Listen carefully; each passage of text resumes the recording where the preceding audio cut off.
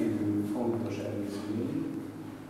1970 és 73 között ez a kiállítás, illetve az, ami Balatonbogláron történt nyaranként, az bemutatta véleményem szerint mindazt, ami jelentős volt az akkori magyar művészetben, és ezt a kiállítást pedig úgy kell tekinteni, mint egy nagyon sajátos esemény, több szempontból is. Egyrészt, mert az egész kiállítás sorozatnak a legfontosabb szereplője, nyugodtan mondhatom úgy, Galántai György képzőművész, aki most itt áll egy felvevőgéppel, és aki lehetővé tette, hogy most soron kívül megnézzük ezt a kiállítást. Azt lehet mondani, hogy ez az egész tulajdonképpen neki köszönhető, az ő kezdeményezése volt, és ugye művészettörténészeknek is mondom meg, akik ezt a korszakot művészek át akarják tekinteni, itt van az elsődleges forrás. Az elsődleges forráshoz még két apróság tartozik, hogy ez a kiállítás, mint ahogy egy körbe és rögtön észrevehetik, annyiban tér el az általában ma divatos képzőszeti kiállításoktól, hogy ez egy munkakiállítás. Szóval semmi proc, semmi olyan, amit ma egyébként Károly Zsigmondtól hallottam, hogy bankstílusú sikkel megfogalmazott meghívók és katalógusok. Nem, hát ez nagyon sok értelemben rekonstrukció, és a kiállított művek váltakoznak dokumentumokkal. Ebből mindjárt majd adódik egy furcsa módszertani kérdés, mert hamarosan majd megpróbálom elemezni némelyik kiemelkedő alkotást, és ez remélem, hogy nem csak művészettörténész hallgatóknak, hanem művészeknek is érdekes. Tehát az, hogy például egy ilyen mű, ami itt látható, 30 év távlatában mit lehet elmondani. És remélem kiderül, nagyon sok mindent és nagyon sok fontosat lehet elmondani.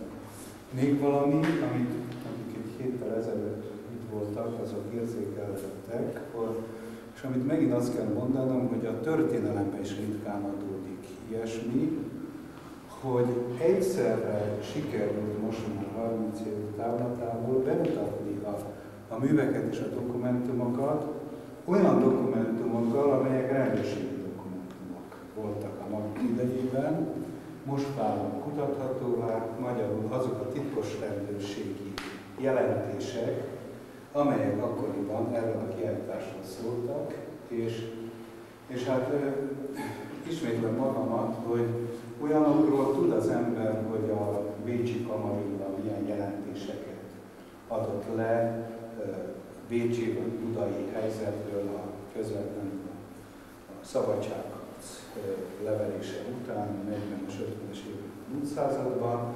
Olyanokat is tudunk egyre többet, hogy az ávó hogyan hurcolt el embereket, vagy hogyan viselkedtek 56 előtt, 56 után, de itt most egy olyan dolog van, ahol úgynevezett művészek, úgynevezett értelmiség sukta be a barátját és a művészettársát, ki tudja, hogy milyen érdekből, ezek az emberek részben meghaltak, és csak arra hívom fel a maguk, akik hát mégiscsak tiszta gondolkodású és ilyen választóktól nem terhelt emberek, a figyelmét, hogy ilyen tapasztalat. Na most, történetileg nézve, szóval majd a kurzuson foglalkozunk külön is a mai művészet közelmúltjával, és én itt mindjárt említeném, hogy én világéletemben elsősorban azon a művészettel foglalkoztam, amit progresszív művészetnek mondunk, vagy hiszek mind a mai napig abban, hogy a művészetnek van egy haladó oldala, ez a szó lejáratot, van egy jobbító szándékú oldala, van egy provokatív oldala, és van egy egészen más művészet, ami engem kevésbé érdekel. A 70-es években volt egy hivatalos művészet ezzel szemben, Tehát ezen a kiállításon és ezekben a művekben azt is nagyon jól meg lehet mutatni, hogy amit ma már a mai művészetben nem annyira, hogy melyik az a rész, amely egyértelműen lefeküdt az akkori hatalomnak, az akkori államnak és kultúrpolitikának, és ezzel szemben volt egy művészet, ami progresszívnek mondta magát. Ma úgy mondanánk, hogy neo-avantgárd.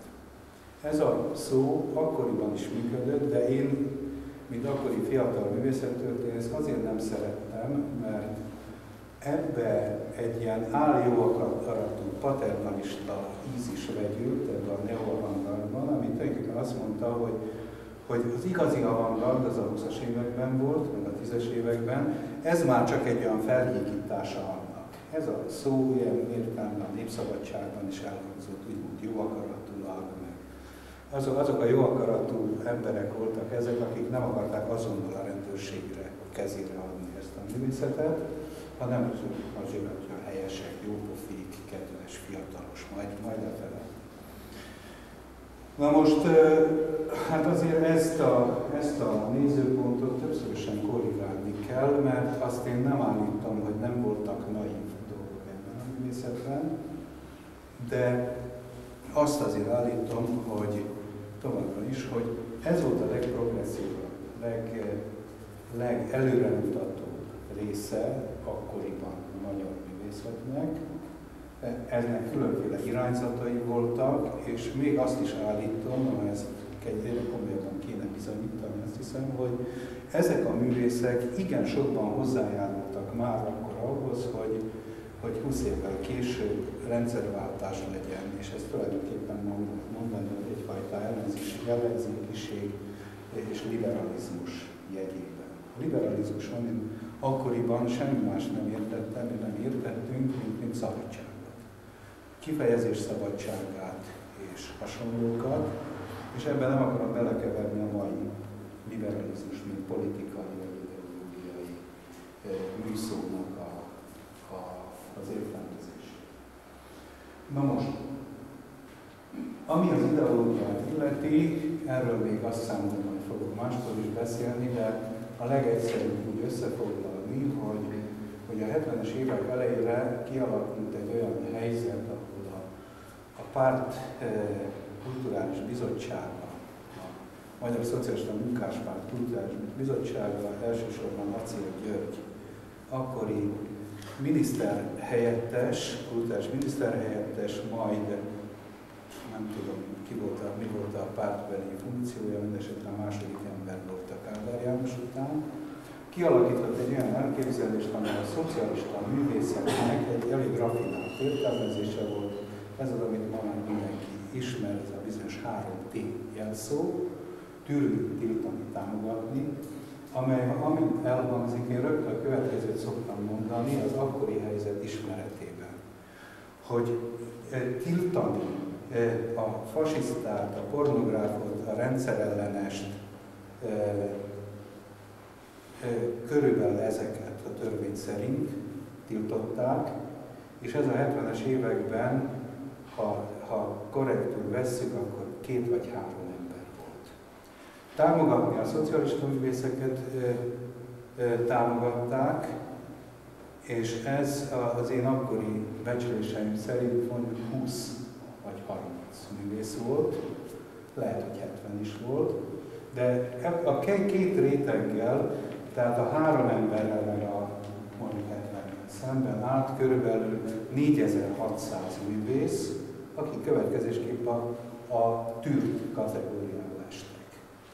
Na most, hogyha ezt a kiállítás technikailag és intézményesen nézzük, és ez már közvetlenül vonatkozik a Balatonbográri kápolnatárlatra, ez gyakorlatban azt jelentette, hogy tulajdonképpen egy személyben orvos elvtárs, foglalkozására nézve a cipőfelsőrész készítő, beosztását tekintve a Magyar Népköztársaság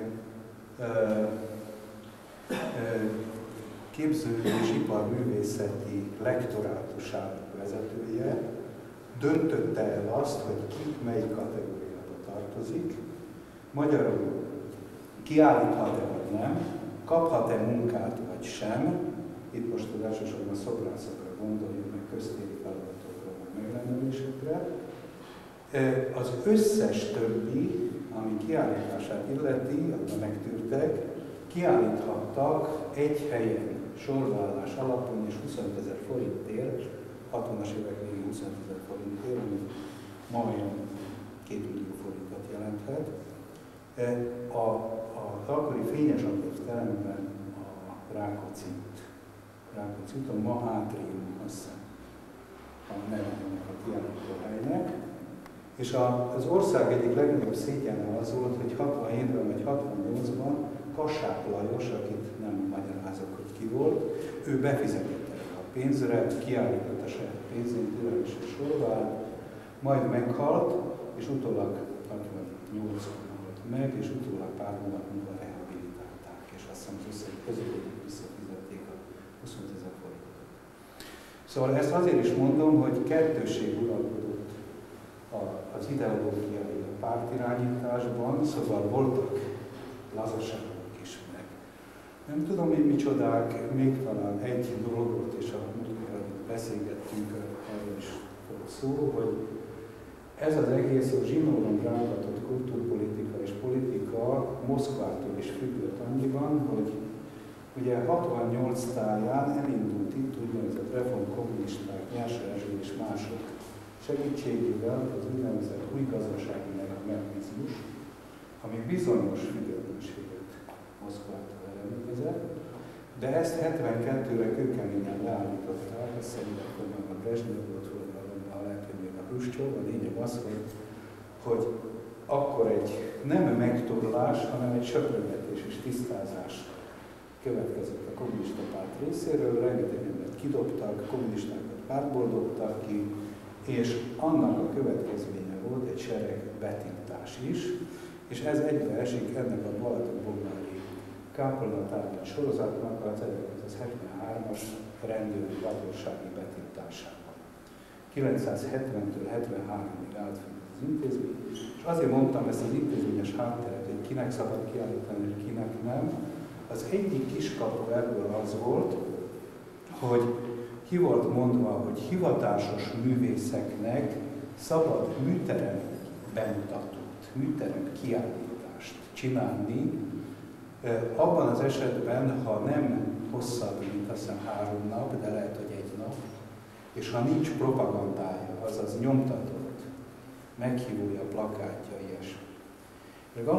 Galantai György, aki ezt a Balatonboglári, amúgy az egyház által nem használt, föladott temetőkápolnát bérbe vette az egyháztól, a római katolikus egyháztól, ő ezt műteremnek használta, és azt mondta, hogy a műtermében azt állít ki, amit akar. Most, hogy előre szaladunk az időben, 1973 és 76 között, amikor nekem volt szerencsém, és ezt tényleg iróniamentesen mondom, hogy szerencsém a Fiatal Művészek Klubjában kiállítani, ott mármint a kiállításokat rendezni 3 éven át. Azt is azért vállaltam el, illetve azért hagytam abba 76-ban, mert mivel ez egy zárt körű klubnak minősül, nem kellett zsűrizni és nem kellett külön engedélyezni a kiállításokhoz. Más kérdés, hogy ott a kontroll másképpen folyt, és én abban a pillanatban felálltam, amikor kezdték követelni a kiállítások zsűrizését 1976-ban. Na most arról inkább sejtelmesen hallgatok, hogy kik voltak azok, akik akkoriban kiállításokat tiltogattak be, és milyen pozíciókat foglalnak el azok az emberek még mind a mai napig is. De hát ez az életnek az úgynevezett rendes menete. Visszatérve tehát itt adódott egy kiskapu, egy zicser, hogy kiállításokat lehetett rendezni. Nyaranként egy kápolnában, egy nem romos, hanem egy ilyen elhagyott és szépen rendbehozott és kitisztított kápolnában, és hát ott elég nagy élet kezdett megindulni, most szándékosan olyanokat mondok, hogy például Vörös Sándor és felesége Kármi Ami, akik hát mégiscsak azt lehet mondani, hogy a legnagyobb költők közé tartoztak Magyarországon, nem átaludták oda lemenni és felolvasni, vagy részt venni konkrét költészeti kiállításon. Aztán Kurták György is jelen volt, de nem vagyok egészen biztos. Látogató. Szeretném szedni azokat a nagyon és művészeket, intellektueleket, írókat, költőket, festőket, akik ott jelen voltak. Külfölddel megindult a kapcsolat az akkori Csehszlovákiával, Jugoszláviával, Ausztriával és így tovább. És hát, hogy röviden arra is kitérjek, az egész úgy ért véget, hogy ugye a hatóságok föladták azt a fajta kényelmes pozíciót. Ugye azt is mondhatták volna, hogy itt primán meg lehet figyelni a rebellis fiatalságot, páholyból lehet nézni, és nem pedig odacsapni és betiltani, de inkább az utóbbi utat választották. Na most ott a háttérben majd fölösszerelnek néhány ilyen gépelt papír, Pécsi Zoltán aláírással. Az volt például egy akkori jeles költő és teoretikus, aki nagyon profi jelentéseket, kritikának is beillő, művészetkritikának is beillő jelentéseket adott le folyamatosan a 3/3-as ügyosztálynak, amiből azt is meg lehetett tudni, hogy melyik irányzatnak mik a titkos szándékai, mik a külföldi példái, és így tovább. Minden esetre én azt hiszem, hogy itt egy nagy feszültség lehetett a helyi pártszervek és hatóság és a központ között, mert hogy végül is a helyi irányítással indultak el mindenfajta támadásokkal a kápolna tárlatok ellen. Ezek nagyon sokrétűek voltak, a kölyál, vagyis a higiéniai előírások úgynevezett be nem tartásától, tűzvédelemtől, erkölcsrendészeten átterjedtek az esztétikai jellegű, de még mindig rendőrségi támadásokig, és ez aztán rajtaütéssel és a jelenlévők eltávolításával, a kápolna hatósági lezárásával, lepecsételésével végződött. Az egyik folytatása az lett, hogy még azon az őszön, 73 őszén el tudtuk kezdeni a Fiatal Művészek Klubjában, majdnem ugyanazt, mint ott volt. Még kiállítások is ismétlődtek meg, például konkrét költészeti kiállítások.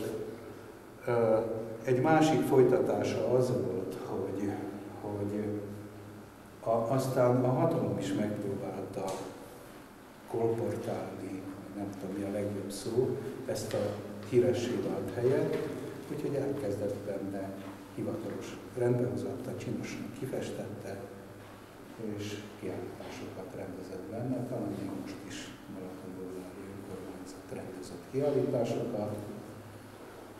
És a harmadik folytatás pedig azt hiszem, hogy a legfontosabb, hogy a Galántai György, majd később Klanicai Júlia az itt összegyűjtött archivált anyaggal, továbbá egy nagy nemzetközi mélárt tevékenységgel és alternatív művészeti kapcsolatteremtéssel létrehozták az Artpool nevű archívumot és művészetkutató központot, amely minden mai napig, hála Istennek, a Liszt Ferenc tér a 10-es szám alatt működik, és ez ennek a kiállító terme.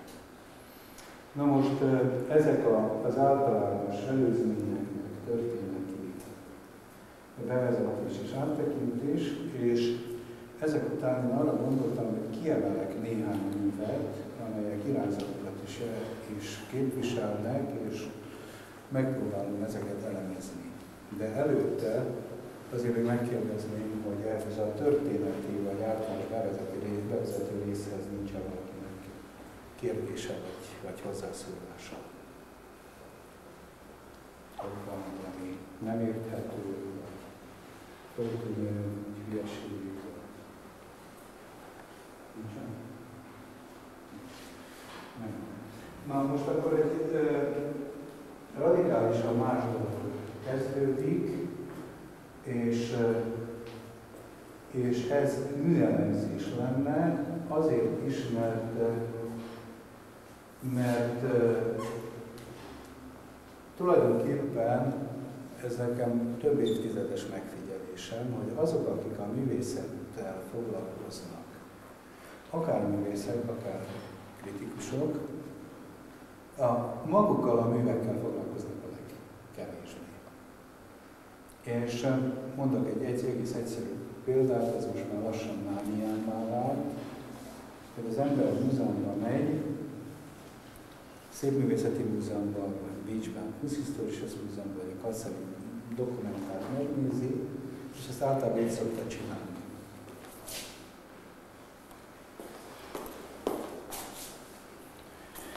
És ezek a művek, amik itt vannak, adott esetben én körülbelül 20 másodpercet töltök egy művel, gondolkozzanak a festők azon, mennyi idő alatt csinálnak egy festményt.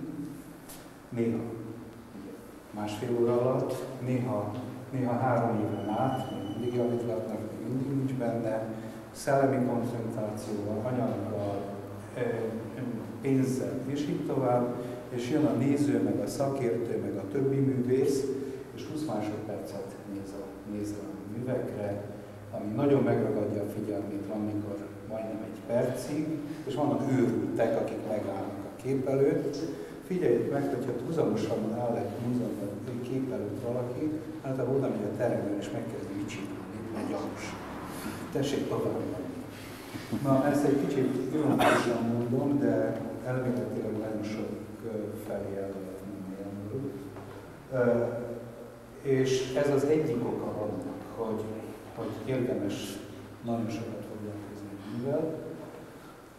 A másik pedig történeti szempontból is, szóval az egyes irányzatoknak a lényegét is itt azt hiszem nagyon jól meg lehet ragadni. A harmadik dolog pedig az, hogy nagyon sok mű nem csak úgy működik, mint műalkotás, amit élvezünk vagy magunkével teszünk, hanem visszamenve forrás is arra az időszakra. Szóval majdnem minden műnek számos olyan jegye van, amelyek kizárólag a kort jelzi számunkra, akkoriban természetes volt, most pedig ki lehet mutatni, hogy miért jelzi egy szín vagy egy furcsa formai részlet az 1970-es évek elejének jellegzetes magyar és nemzetközi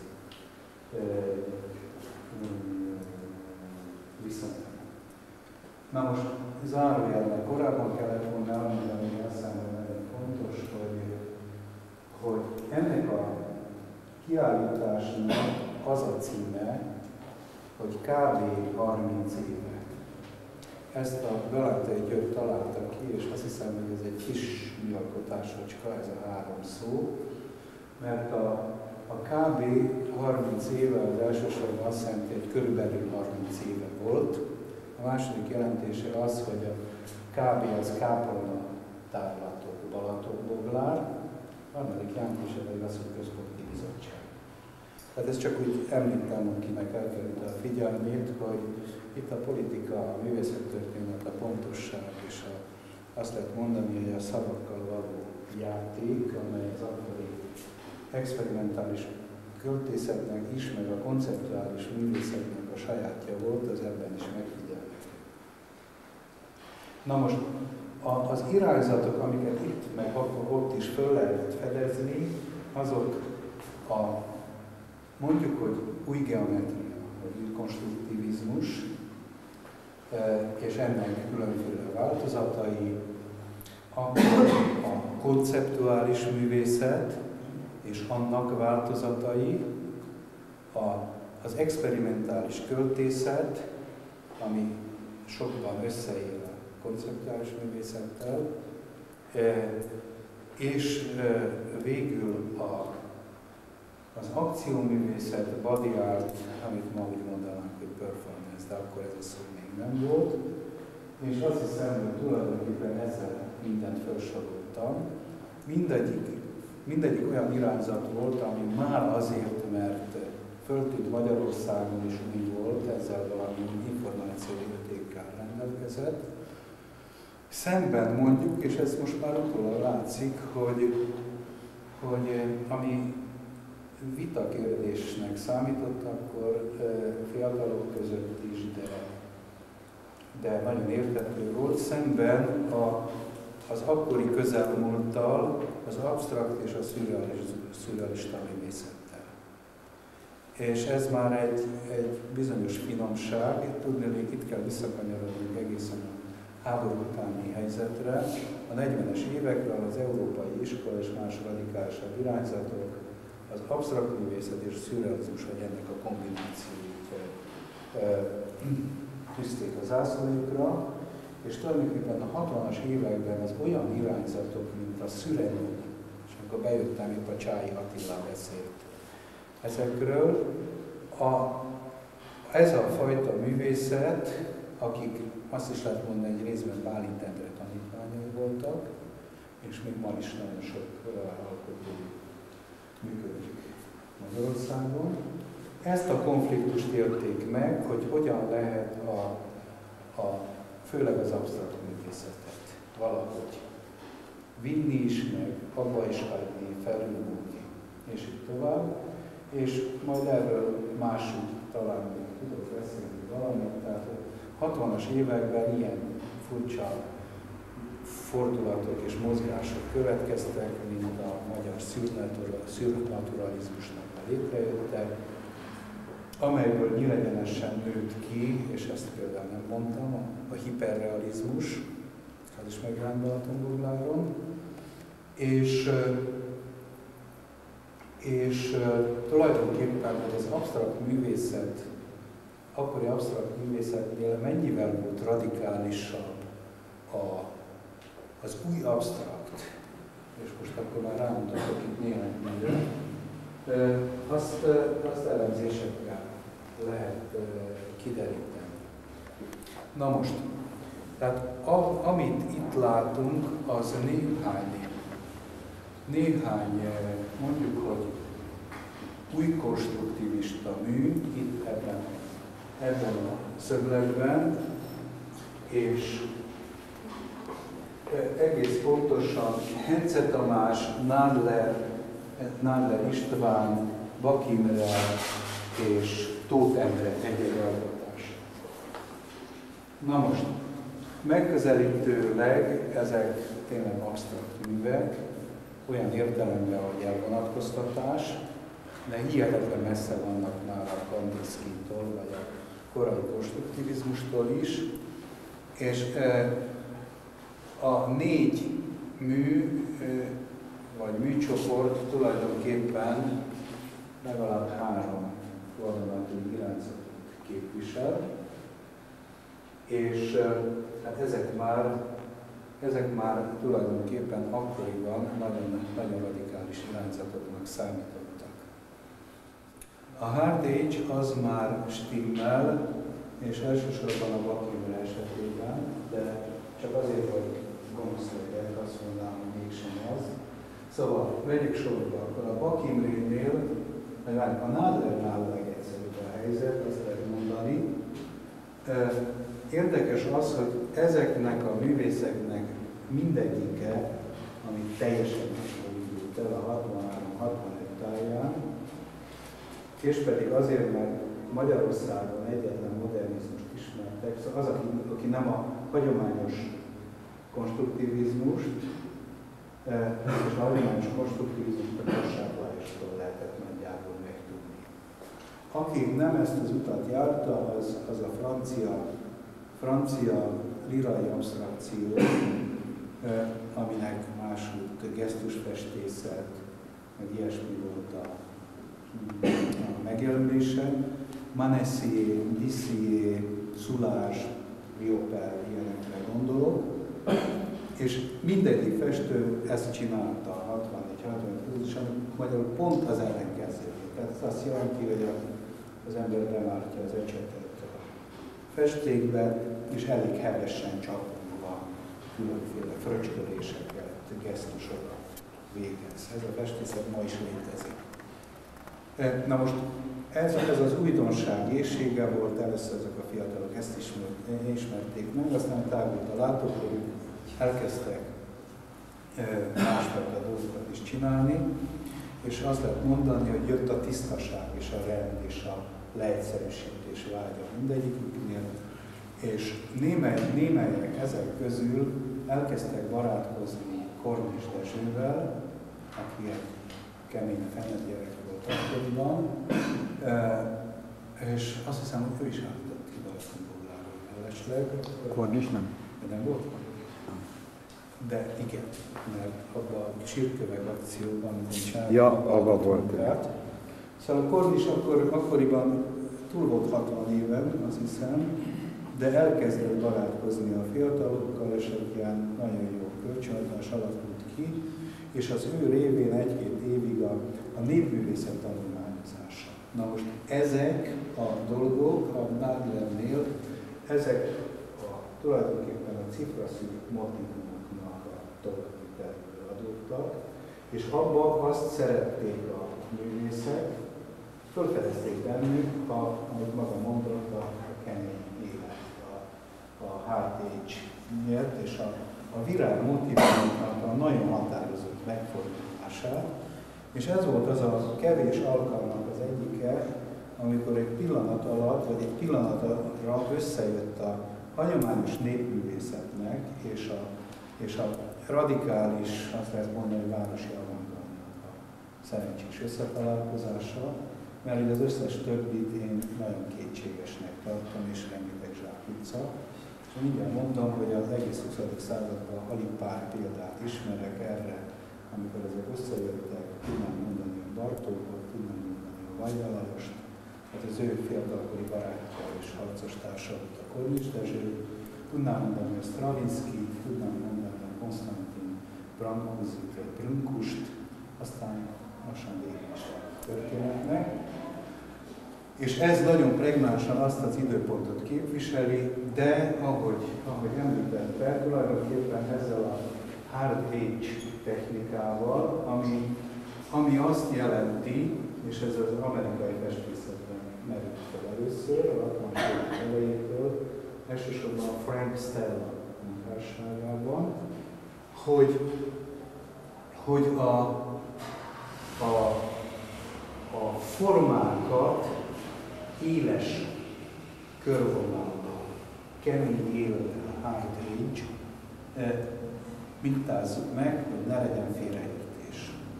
Na most ebből rengeteg minden elméleti dolog következett, ráadásul még olyanok is, amik a konceptuális művészetre, valóban a minimalitra nagyon fontosak voltak, és azt inkább valóban a Bakimre munkáin lehet tanulmányozni, mármint a Kábó Csárnyéknak a következetes megértését és feldolgozását.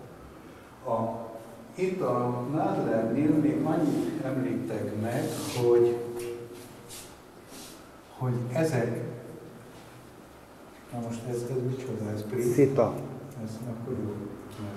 Ezt akartam mondani, hogy itt a szitányomatnak az hallatlan fontos jelentősége van. A szitanyomat egy ipari technika, amely tulajdonképpen szerintem a 20-as években is létezett, legalábbis Amerikában, és ezt egyszerre felfedezte Amerikában a pop art nemzedék, elsősorban Andy Warhol, aki ugye fényképek átvitelére használta, másodszorban különféle geometrikus művészek, például a német Zero csoport is, vagy Hensmark, Fahler, és azokat már azért mondom, mert a Bakimnél ők voltak nagy hatással. És megint csak az, hogy a szita nyomatnak a technikája biztos mindenki ismeri, vagy hallott róla, a nagyon finom, ilyen nejlonharisnya-szerű szita, amely fényérzékennyé téve és ráfényképezve áteresztővé vagy nem áteresztővé teszi a felületet, tehát ha bekeni az ember festékkel, akkor hol átengedi, hol nem. De a lényeg az, hogy nagyon precíz képalkotást tesz lehetővé, akár a fotó, tehát a tónus az egy külön probléma, de még a tónus tekintve, akár pedig a körvonalak tekintetében. És ez is egy nagy felfedezése volt az akkori magyar művészeknek, főleg a geometrikusoknak. Na most a Bak Imre, a két művész tulajdonképpen egymás szomszédságában lakott, és még most is együtt hajlamos vagyok arra, hogy együtt nevezzem őket, így is nagyon sokáig így is ismerték őket külföldön. Na most itt majdnem ugyanazt el tudnám mondani a Bak Imrére, mint amit a Nádlerrel, egy kivétellel, és ez a formák raffinériájából adódik, mégpedig a kép térnek a kialakításából. És szóval itt jön az, amit én a németekkel kapcsolatban is elmondani. Ugye lehetetlen észre nem venni, hogy szemben ezekkel a képekkel, amelyeknek a tere viszonylag egyértelmű, értem ezen, hogy ha akarom, ez teljesen sík, de hogyha nem akarom, és inkább nem akarom, egy ilyen tulajdonképpen egy ilyen látszat három dimenzió keletkezik a hengeres formák miatt. De az nagyjából egyféle, ez a látszat három dimenzió. Itt pedig kétféle a tér, vagyis ha akarom, ezt a képet teljesen síkban nézem, és akkor ezek a fehérek egy vonaljátéknak a részei, egy olyan síknak a bevonalkázására jelenleg ez a körvonal.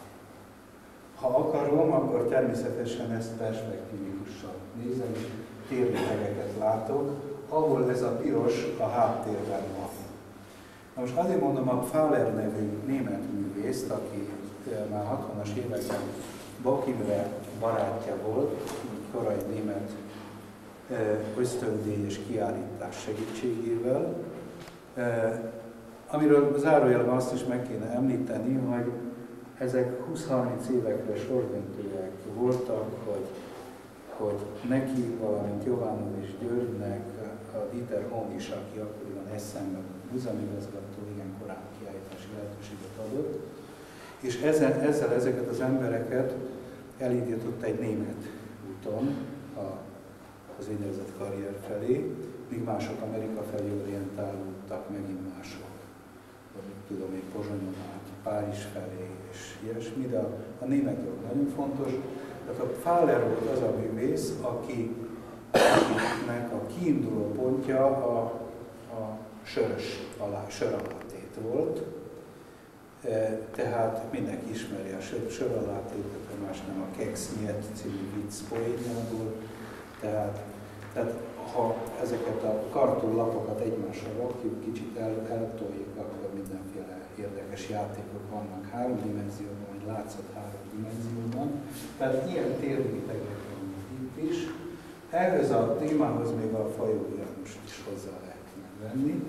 És egészen más kérdés, hogy ezeket a formákat tulajdonképpen a Bak Imre úgy csinálta, hogy ugye részben erre a németre figyelt, részben a Frank Stellára, és végső soron az egészből kikanyarított egy konceptuális művészetet, olyan módon, hogy mondjuk fölismeri, hogy ezek a formák, ezek mondjuk villanydugóra hasonlítanak, és akkor beleírta a villanydugó. Most ilyen képet ő soha nem csinál, de olyat, hogy sas, madár, ember például. Tehát ilyen formákat teremtett, ilyen látszat két dimenzióval, és amit gondolt erről, mit jelenthetnének, azokat odaírta. Ez volt a konceptuális művészetnek egyfajta stádiuma, és a Bak Imrének a munkásságán még másfél évig ez megjelent, aztán elfelejtette, és megint a szigorú formálás és a ez a hard age, kemény él formához tér vissza, és tulajdonképpen mind a mai napig kitart mellette, miközben a teljes forma kincse abszolút kicserélődött. Na most a Frank Stelláról érdemes, és olyan Buckinghamre kapcsán a Frank Stelláról és a shaped canvas, tehát a megformált vászon elméletéhez is valamit mondani. Tehát ez majdnem ugyanaz, csak egyéni változatról van szó, és a Frank Stella az azt lehet mondani, hogy intellektuálisabb volt, mint a többi művész. Tehát még a hard age csak arra terjed ki, hogy lehetőleg síkban tartva a formát nagyon kemény élekben dolgozunk. A shaped canvasnek, vagyis a megformált vászon elméletének komolyabbak, vagy mélyebbek a gyökerei. Itt ugyanis egy ilyen filozófiáról is szó van, és arról, hogy a művész és az angol nyelvben megkülönböztet két fogalmat. Egyik a forma, a másik az alak. Na most a forma az angolul form, és az alak az a shape. És a kettő nem ugyanaz. Na most ha szabad egy picit frivol, kicsit frivol példát rögtönözni, és eszembe jutott, hogy ha egy nőre azt mondják, hogy jó alakja van, ugye mondhatják a magyarul azt is, hogy jó formája. De azt szeretném mondani, hogy a forma ebben az esetben háromdimenziós, és az alak az pedig a sziluett, az a körvonal. És itt a festészetre visszafordítva, ezeknek a képeknek az alakja egytől egyig négyszögletes alak, magyarul azt is mondhatnánk, hogy formátum. De most emellett kell mutatni, hogy alak, négyszögletes alakon kép. A forma az meg ezek a sávok, meg ezek a keresztek, meg nem tudom én még. És a Frank Stella azt mondja, ezt itt még jobban lehet látni, hogy ez a forma és ez az alak.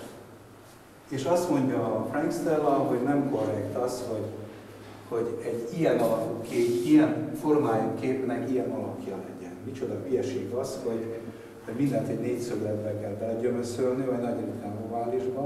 A képnek olyannak kell lennie, amilyen a kép.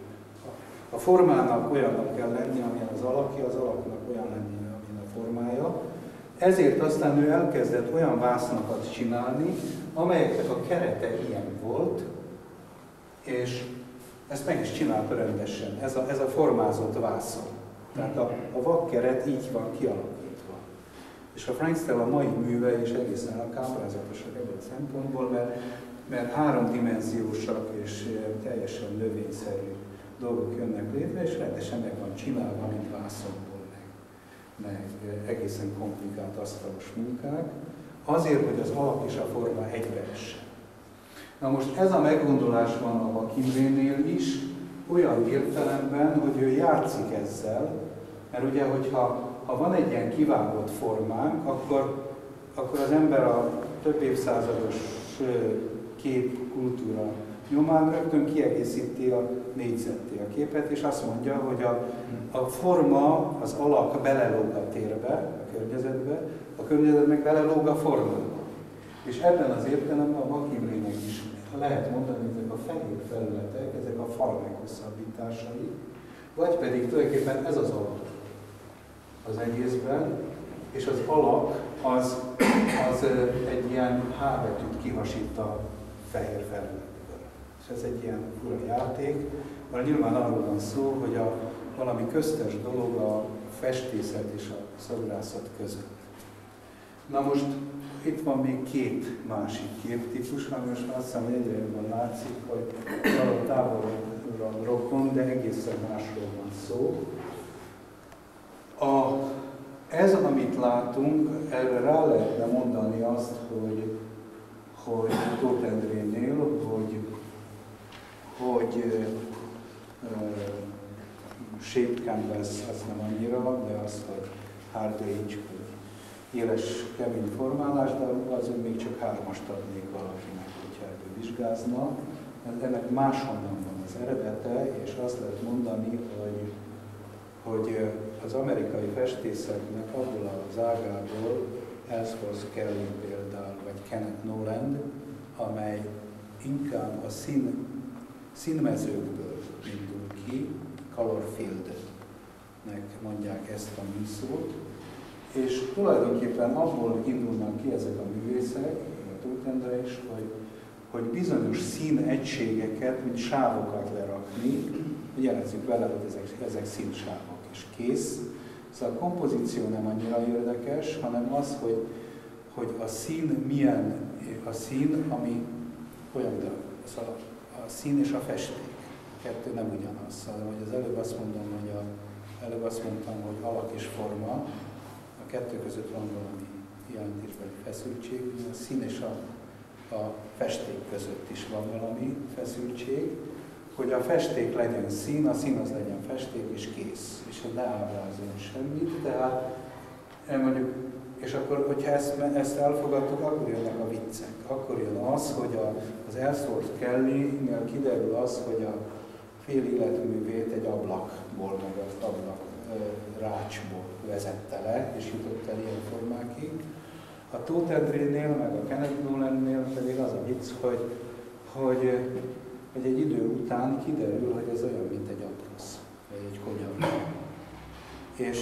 És akkor jövünk el, akkor jutunk oda, hogy pláne, hogy ez még vászon is van, hogy azok az őrületes távolságok, amelyek a magyar művészetben is, de még inkább az amerikai művészetnek a 60-as évekbeli hőskorszakában lezajlottak, azok a távolságok egyfelől a pop-art, amely fogyasztói társadalom, meg WC csésze, meg mosógép, meg ilyesmi, a másik valamelyik az ételi tisztaságú dolog, valahol teljesen kezet nyújt egymásnak, akkor, amikor az ember azt mondja, hogy ez a legsterilebben megfogalmazott geometrizmus, és másrészt pedig egy az egyben való leképezése egy mosogatórónak, vagy egy aprosznak.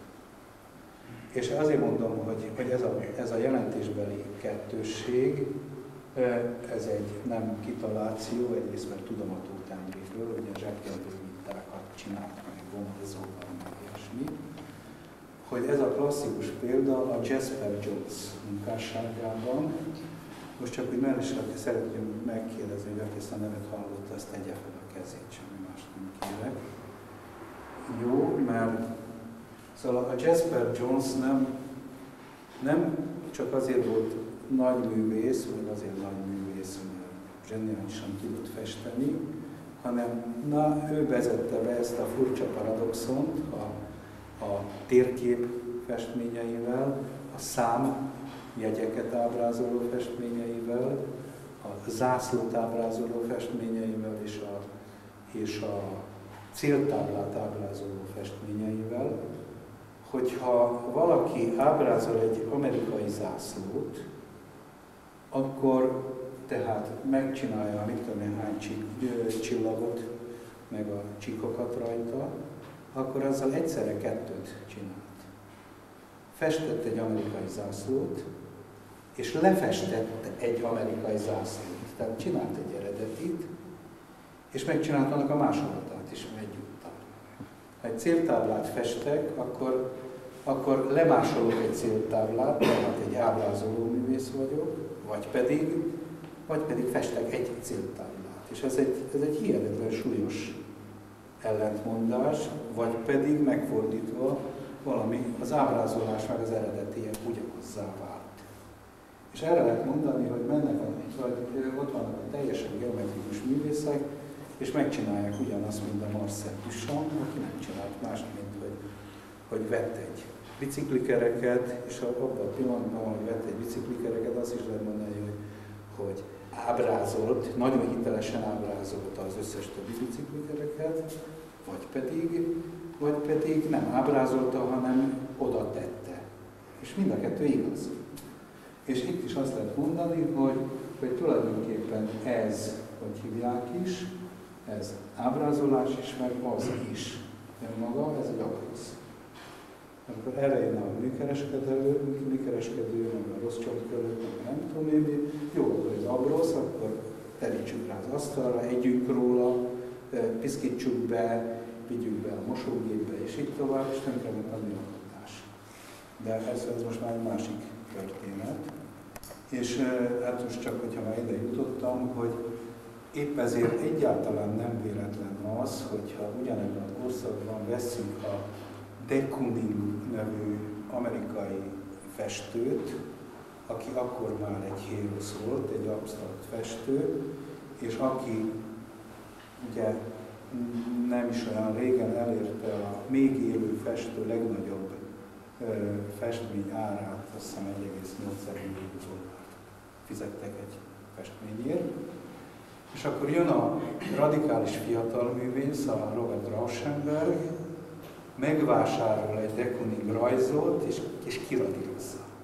Most ez egy hatalmas nagy gesztus volt, amiben én nem azt értékelem, hogy jó kiszúrt vele, vagy saját magával, hanem ezzel tulajdonképpen fölért, mint egy filozófus egy könyvet írt volna arról, hogy mi a műalkotás, mert most aztán lehet gondolkodni, hogy a de Kooning az továbbra is műalkotás, a Rauschenberg csak kiegészítette, tönkretette, vagy mennyibe kerül most, többe kerül, kevesebbe, hiány van benne, vagy hozzátétel, forma, vagy alak, és így tovább. Na most, az utolsó előtti ebben a műfajban a Hence Tamásnak 2 munkája.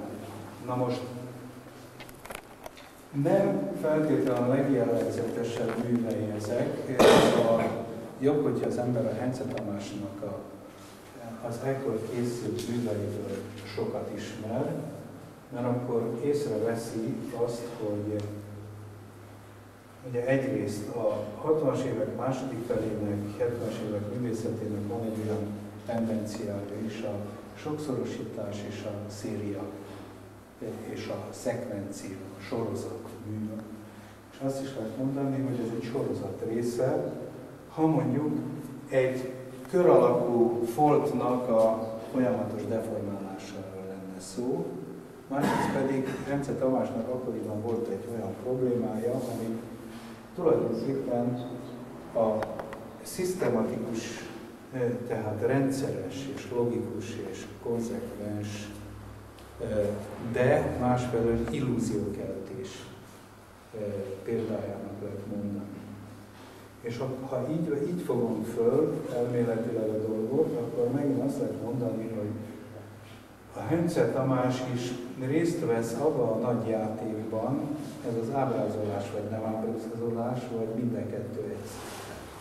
Mert hogyha akarom, ez egy teljesen konkrét, non-figuratív alkotás, mind a kettő, és ha akarom, ezek fekete lyukak ábrázolásai, illúziókeltően látszat 3 dimenziót szinte fénykép hitelességével megragadva. Na most azért meg kell jegyezni, hogy a Hence 60-as évek végén, 70-es évek elején ezt így nem gondolta végig, hogy ő most ábrázol, de azt igen, hogy illúzió létrehozása. És itt most van egy másik dolog is, hogy ugye itt egyáltalán az egész világ, az absztrakt, és mondtam két újabb szót, non-figuratív és konkrét, ezt a 2 szót.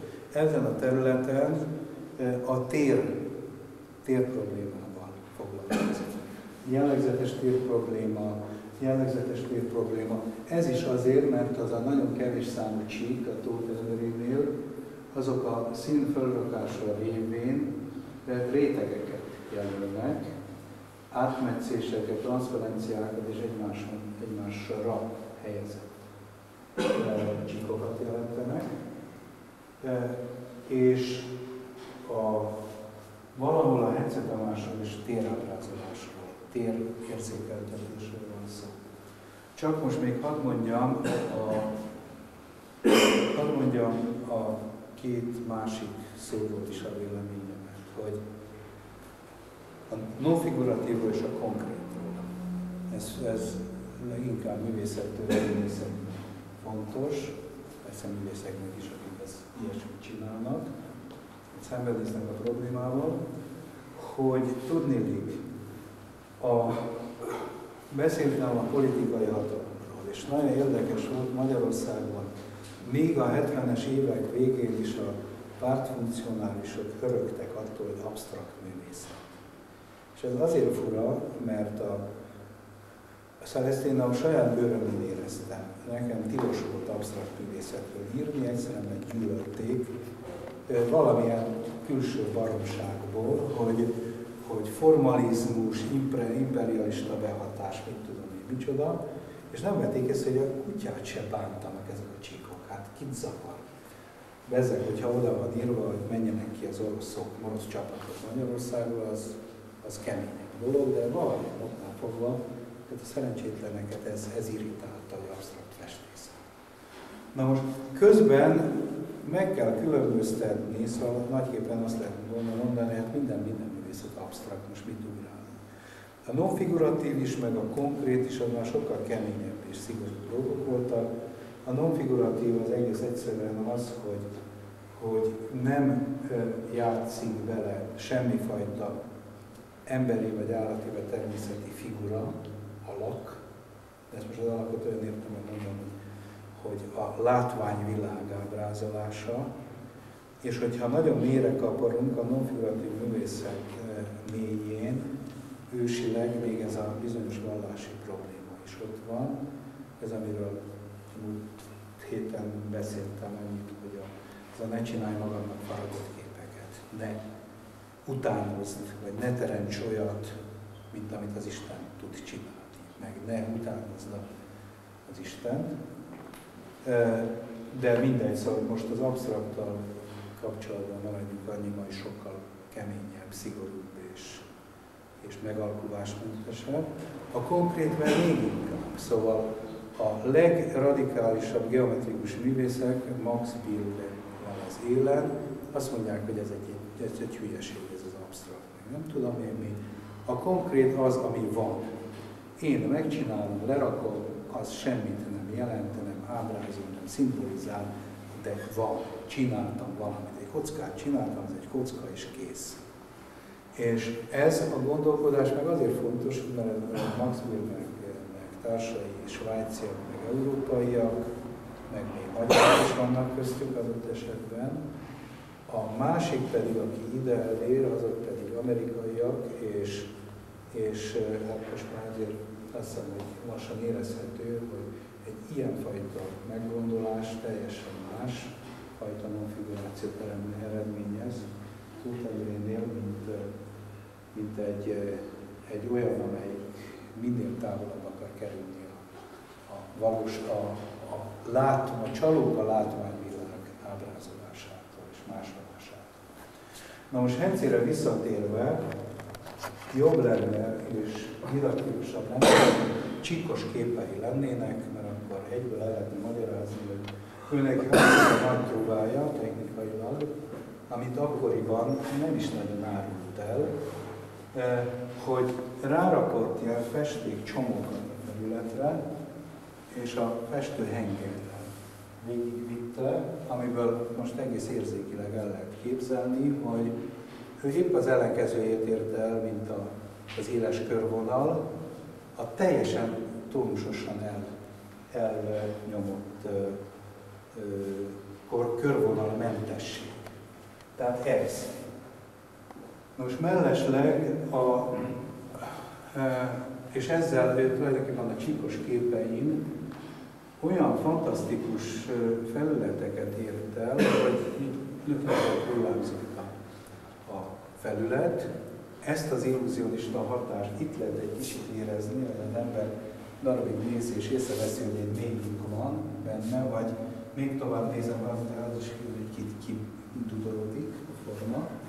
Ez az opáknak volt a fő célkitűzése, meg a Hazabelinek. És ami manapság hihetetlen döbbenetes, és erre még majd egyszer valamit kéne mondani, hogy van még egy művész, az a Gerhard Richter, német hiperrealista festő, akinek szóról-szóra ugyanolyan képei vannak, mint a Hence Tamás, a fekete-fehér csíkos, ilyen kályhacsőre emlékeztető képek, 60-as évek végéből. Én nem tudom azt se kizárni, hogy a Hence látta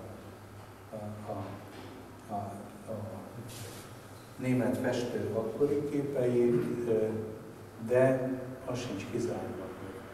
Néha elő szokott fordulni ilyen, hogy híres német művész fogja és legyője az ismeretlen magyarnak a jó ötletét. Volt ilyen, nem is egyszer. De az is lehet, hogy a kettő egymásról nem is tudta. Most minden esetre az ilyen típusú műveket, Hence Tamásnak az ilyen típusú műveit én nagyon fontos munkáknak tartom a magyar művészetben a 60-as, 70-es évek fordulóján.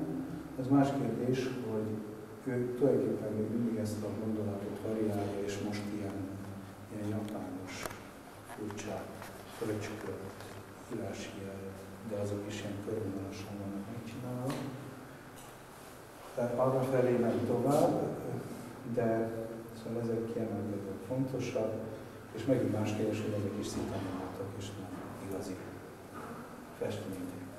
Végül pedig ezek a pseudo-kockái és pseudo-elméletek Haller Gyulának megint csak erről szólnak a tér-látszat-tér illúzió, csak ő ezt egyértelműen konceptuális irányba vitte el, és még egy olyan morális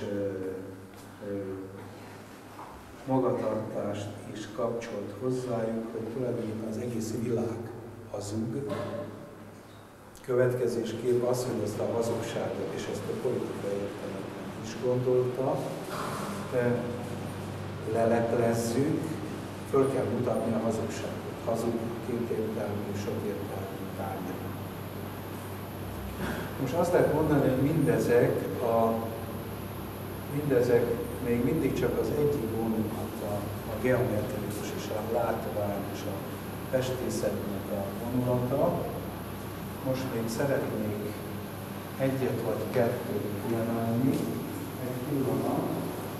Tulajdonképpen a másik végletet szeretném kiemelni, mondjuk, hogy egyfajta egy ilyen durva közelítésben, egy politikai skálán, radikalitásban. Az egyik végén mondjuk a geometriai esztétizálás idézőjelben, a másik végén pedig az akcionizmus.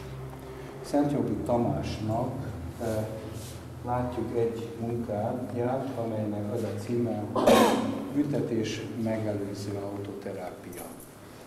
Na most ez a mű gyakorlatilag az volt, ami itt látható. Ő odaült a kiállítóterem sarkába egy székre, fejére borított egy vödröt, és a nyakában volt egy tábla, amelyre rá volt írva, hogy a büntetés megelőző autoterápia, kizárási gyakorlat.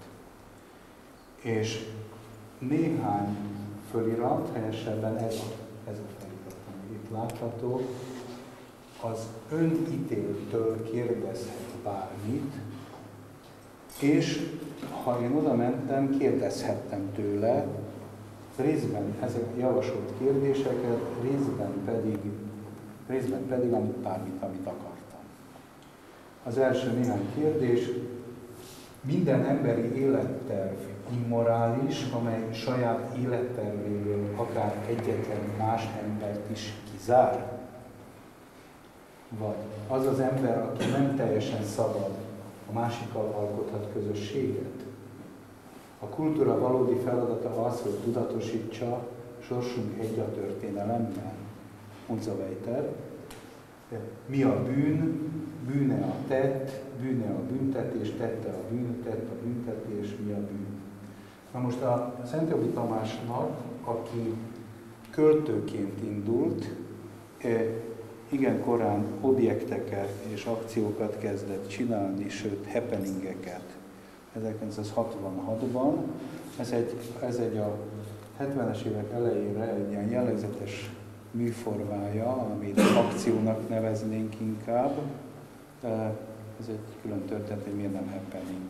De a happening az egész egyszerűen azt hiszem, hogy sokkal látványosabb és improvizatívabb és dramatikusabb. Azt is csinált ő egyébként, és Balatonbogláron is csinált. De ez inkább egy akció, és ráadásul még azt is lehetne mondani, hogy a konceptuális művészetnek és az akciónak a kombinációja. Az, hogy ez most így van kiállítva, kicsit gondolkozom azon, hogy ez most műje, vagy azt mondom, hogy így nem műje, egy dokumentáció. Ez viszont itt van szignálva, fotóval együtt ez már műalkotás is szerepelt, szóval ez egy ilyen fura dolog, hogy mi a dokumentum és mi a mű. Mindenesetre az egy időben létező munka volt, és most akkor lehet analizálni azt, hogy miért, meg hogyan, meg mi ebben a művészet, és így tovább. Azt hiszem, hogy a legfeltűnőbb az egészben természetesen ez a vödör. Na most tudja valaki, hogy miért van itt ez a vödör? Már hihetetlen fontos réteget ad az egész műnek, hogyha nem tudja senki sem. Szóval volt a maoizmus és volt a kulturális forradalom Kínában. És ez, hogyha tanulmányozik a 68-as diákmozgalmak történetét, vagy az új baloldal történetét, ami a 60-as években indult el, és lefutott mondjuk a 70-es évek elejére, a csúcspontja volt a 68-as párizsi diáklázadások, és volt az a feltételezés több művészeti ágban és a politikában is, hogy a művészet és az élet, a művészet és a politika azt ugyanazt a szabad társadalmat akarják, ez körülbelül a csúcspont.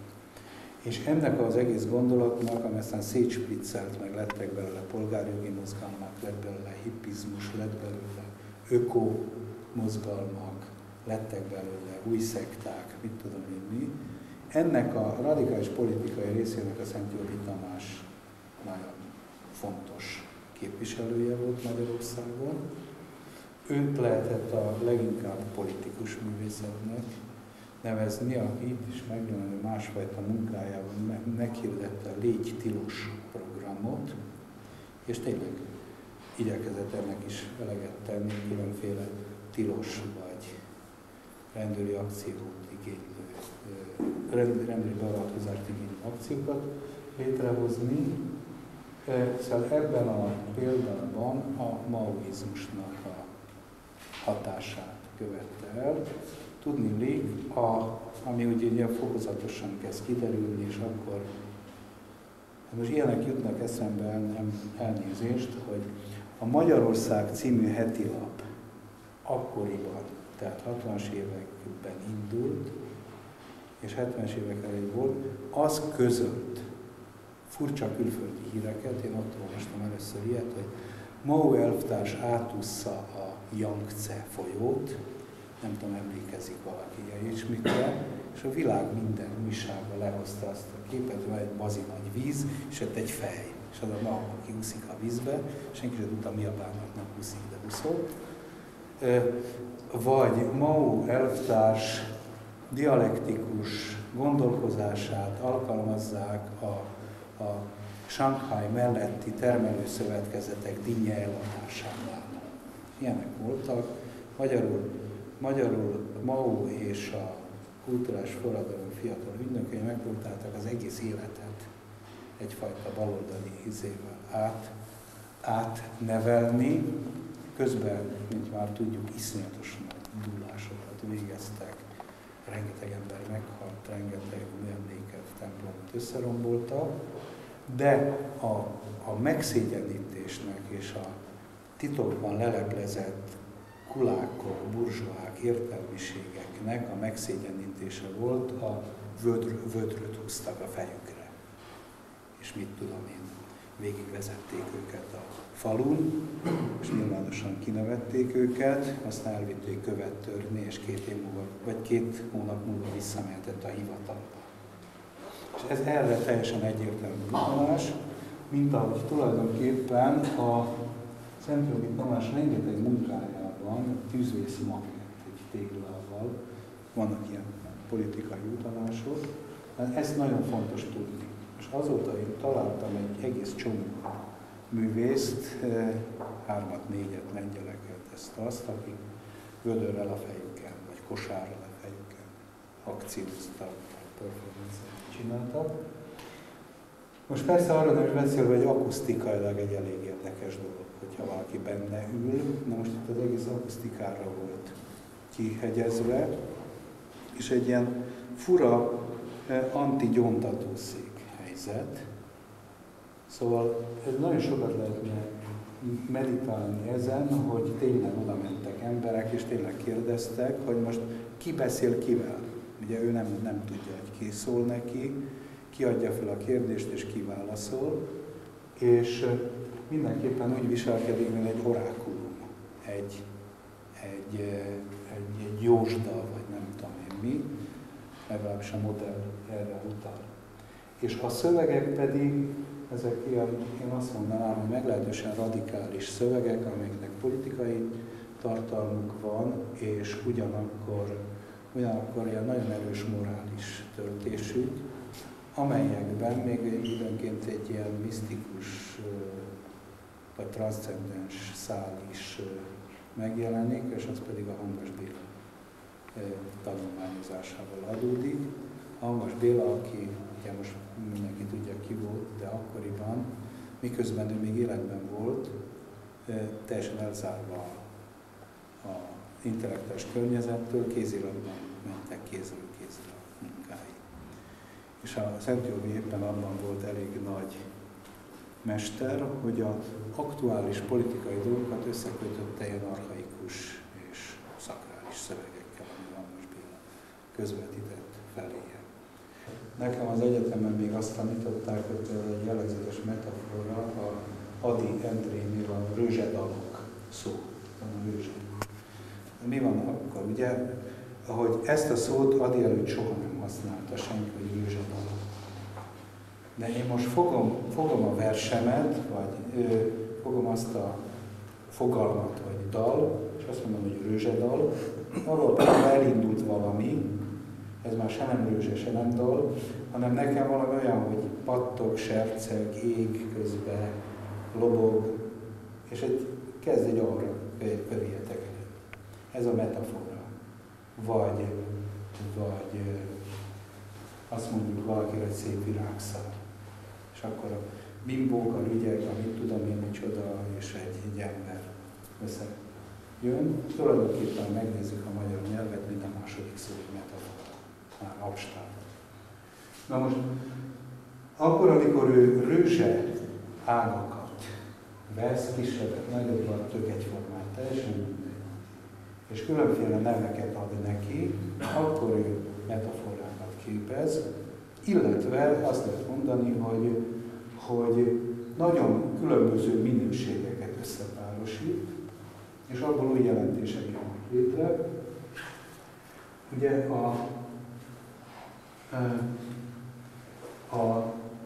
a rőzse a tűzolaj anyagok proletárja. Most mondok egy másikat, az utcakő a proletárok fegyvere. Azt hiszem, hogy rímel a kettő egymáshoz, egyáltalán nem véletlen, mert akkoriban erről is, arról is sok szó volt itt egymás között.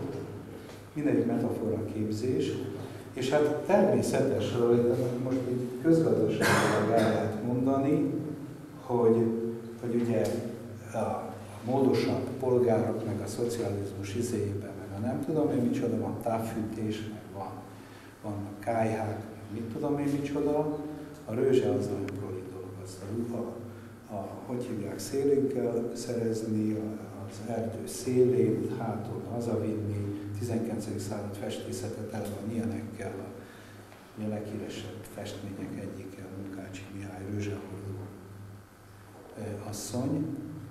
Na most arról zárójelben mondom meg, ami megint egy hihetetlen nagy poén, ugye, hogy ez a Fontainebleau-i, vagy a Barbizoni, vagy mit tudom, ilyen erdőben készült hivatásos francia modellal, és azt szokták így kiszúrni, egy fehér zokniba van, szóval. Ez városi kislány volt, aki mit tudom én, hány frankért állt modellt a Munkácsinak, nem tudom én minek, és most akkor gondoljunk a proletárokra, meg a cigányságra, meg a romákra, meg szóval ki az, aki tényleg szedi a rőzsét, de ez mind benne van ebben a történetben. Akkor csomagolt rőzse, és most nem tudom kinek jut eszembe, de én kb. 20 évvel később láttam nyugati áruházakban, meg benzinkútnál nejlonban csomagolt ilyen gusztusosan apró fát, meg tüzelőt, egy kardalú tüzet, meg ilyesmi, az is benne van. Rőzse mindenkinek a szükségletei szerint. Most, hogyha én értelmes párttitkár voltam, már ezért betiltottam volna, mert ez ha jól tudom, ez a Engels német ideológiájából való, vagy a kommunizmus kiáltványából, mert mindenkinek a képességei szerint, mindenkinek szükségletei szerint ez az egyik kommunizmus definíció, ez egy kőbeli politikai félrőzse. Na most Erdély Miklósnak van egy ilyen mondása, hogy egy fél autó az nem autó, de egy fél alma az még egy nagyon finom alma. És van egy fél rőzse is. És a fél rőzse az most jó rőzse, vagy nem rőzse, ez egy nonsens, mert annyi az, hogy fél rőzse. Nincs is. Vegyes rőzse, polgárpukkasztó rőzse, az külön jó. Virgács, kővel sújtott rőzse, rőzse demagógia elven. És végül, szóval ebből a gondolatmenetből van az önösszeszerelő költészet, amely azt hiszem, hogy most már értjük önmagától, meg a magyarázatból, hogy mi lehet ez az önösszeszerelő dolog. A metafora képzés egy kvázi irányított véletlen segítségével, vagy montázs, ő erre a dologra többek között úgy jött rá, vagy ezzel a példával magyarázta, hogy reggel fölébredek, ránézek az éjjeli szekrényemre, ahol ott van, mit tudom, egy ébresztőóra, ott van három pasztilla, tabletta, altató, egy gyűrött kendő, újságok, mit tudom én, micsoda, egyszerűen csak rá kell nézni és leírni, hogy milyen kapcsolatban egymással. Ez az önösszeszerelő költészet. És akkor mi azzal lehet az egészet rövidre zárni, hogy tulajdonképpen az egész szürrealizmusnak nagyon hasonló a jelszava. Nem tudom, hogy ki tudja azt, hogy mire gondolok. A varrógéppel kapcsolatban. Ez a Lautréamont grófnak a mondása, hogy a szépség nem más, mint az esernyő és a varrógép véletlen találkozással vonzasztanak. És tulajdonképpen ez még mindig ugyanaz a történet. Erdély Miklósnál el lehet mondani, hogy ő nagyon sokat foglalkozott nem csak véletlennek, hanem az álomnak a törvényszerűségeivel is, a Freud alapján. És ehhez hadd mondjam el búcsúzóból az én alaptörténetemet, hogy rengetegszer hallottam, és olvastam ezt a mondatot, amit most idéztem a varrógépről, meg ilyesmiről. Addig mondogattam, meg visszajöttem magamban, míg megállottam, hogy ez hogy néz ki, és ezt azóta is büszkén mondom, hogy soha életemben nem láttam addig boncasztalt, de megálmodtam a boncasztalt, ami ugyan volt, mint a valóságban. És azóta se tudom, hogy a tudatalattimba, vagy a tudattalanomba hogy ment el ez a kép. Viszont még később találkoztam a Man Ray nevű szürrealistának egy ábrázolásával, aki ezt lerajzolta, hogy hogy néz ki. És ott van a boncasztal, a varrógépnek az esernyő, nagyon jól érzik magukat, és szóval a boncasztalnak az a tulajdonsága, ugye, hogy négyszögletes, négyül, középen van egy lefolyó, és négy irányból ilyen csatornák vannak rajta, hogy folyadékot kell menni. Én honnan álmodtam, ezt nem tudom, és a Man Ray megcsinálta ugyanezt a dolgot. És ez is egy ilyen önösszeszerelő költészet, meg véletlen, meg hasonló, amivel Erdély Miklós nyakig benne volt. Na, hát akkor ennyit fér bele a mai alkalomba.